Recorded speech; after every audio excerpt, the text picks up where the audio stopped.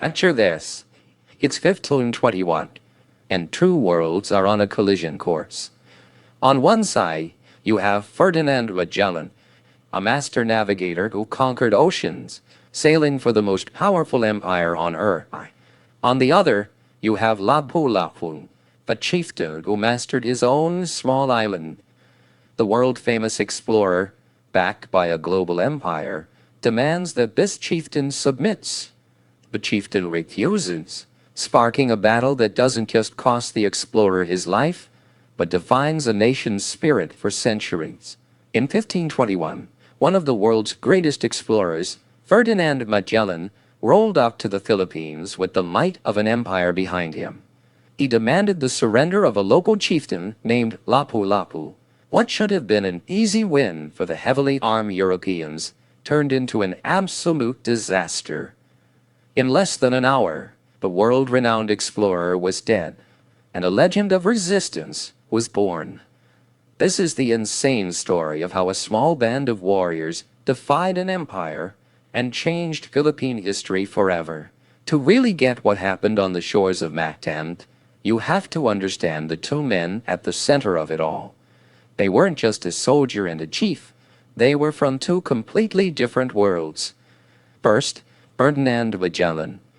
Born in Portugal around 1480, he was a product of the Age of Discovery. He was an incredible sailor who had seen it all on the violent trade routes in Asia. But he felt totally disrespected by the Portuguese king, who shot down his insane plan to find a westward route to the legendary Spice Island. So, Magellan did what any ambitious guy would do.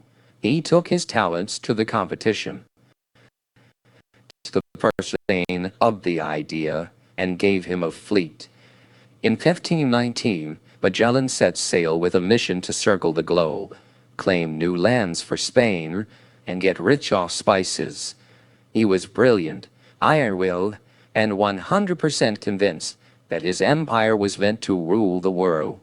Thousands of miles away, on the small island of Mactan, lived Lapu-Lapu.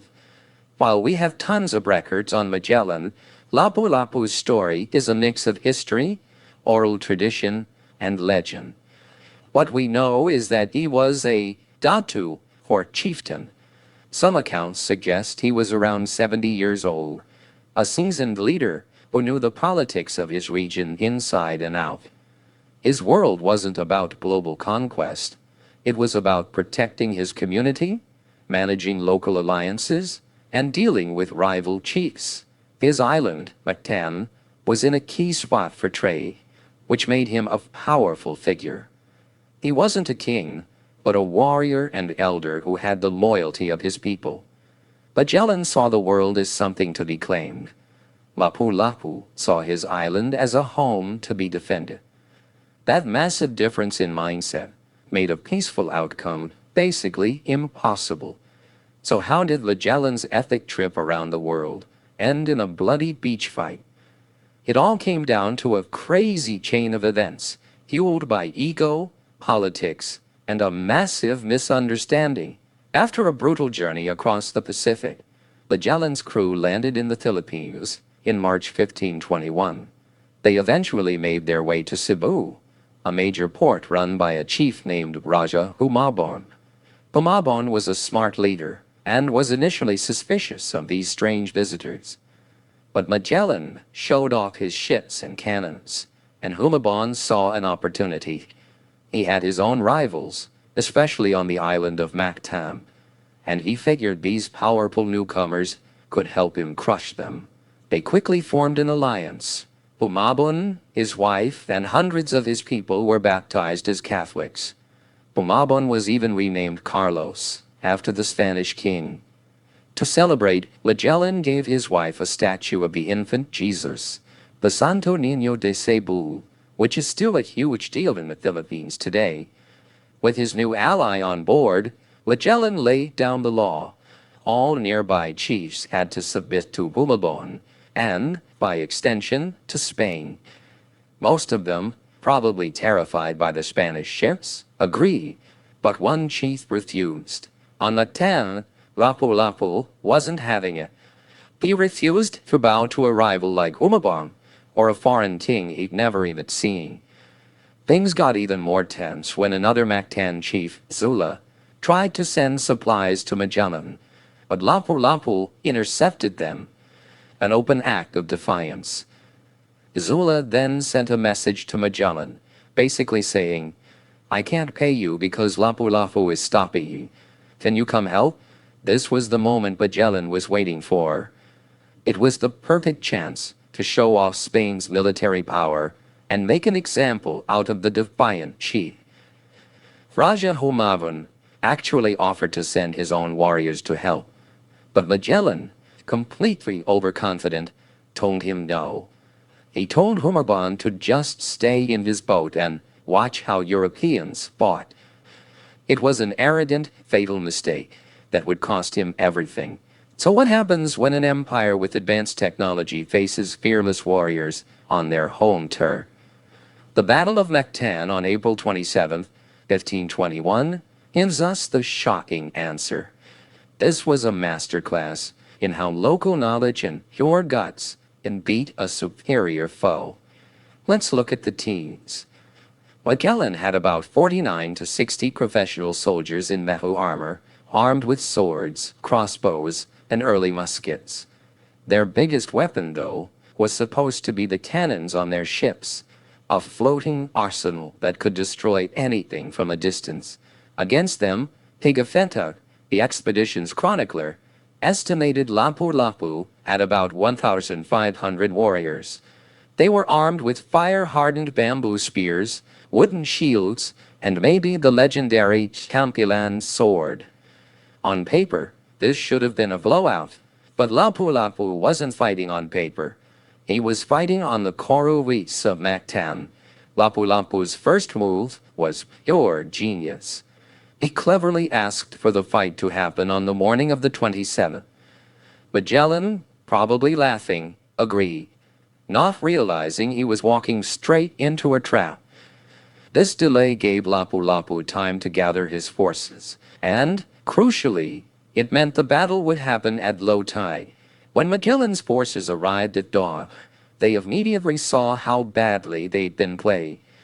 The water was so shallow that their ships had to anchor more than 2 crossbow shots from the shore, way too far for their cannons to be of any use. Their biggest advantage was gone before the fight even started. To get to the beach, Magellan and his 49 men had to jump into thigh-deep water, weighed down by heavy armor, slowly slogging their way to the shore.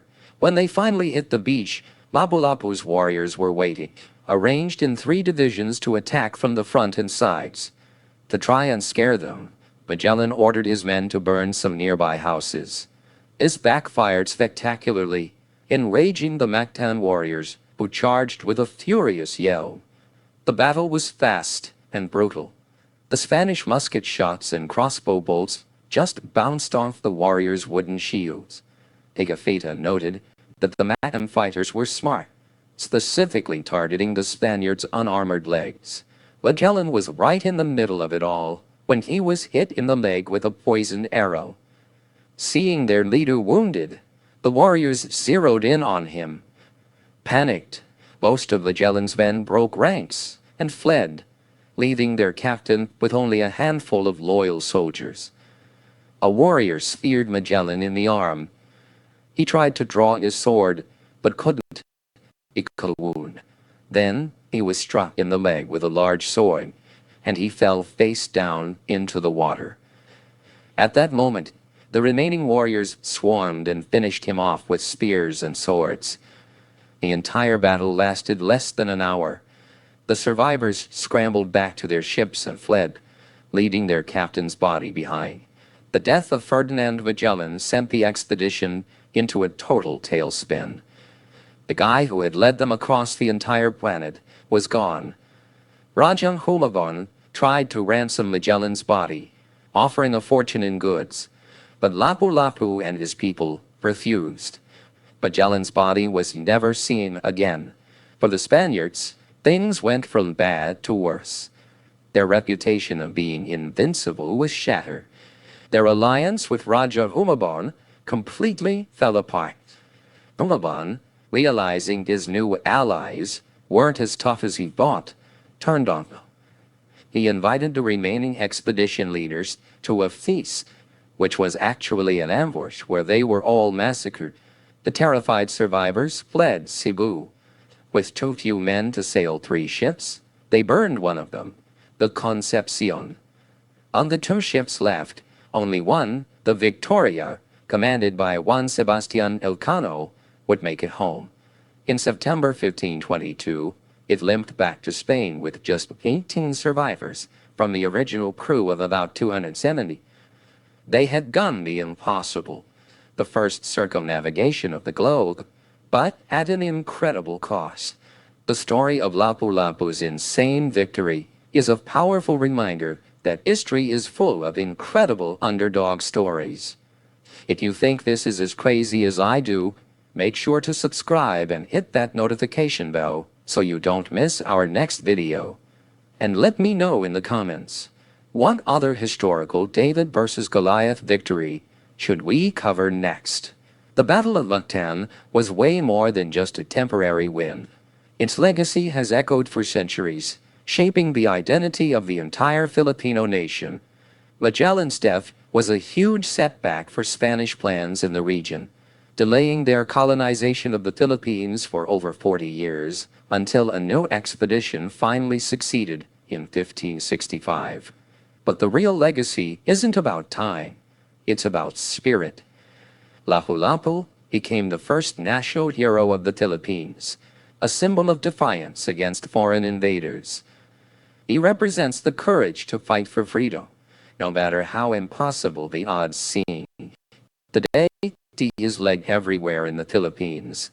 There's a city named after him, his face is on the seals of the National Police and Fire Departments, and April 27th is a national holiday to honor his victory. The world remembers Magellan for circling the globe, but in the Philippines, he's remembered as the man who was stopped by Lapu-Lapu. The battle proves that history isn't always written by those with the biggest armies, but by those with the strategy, the will, and the courage to defend their home. Lapu-Lapu's stand in 1521 created a legacy of pride that still inspires people to this day.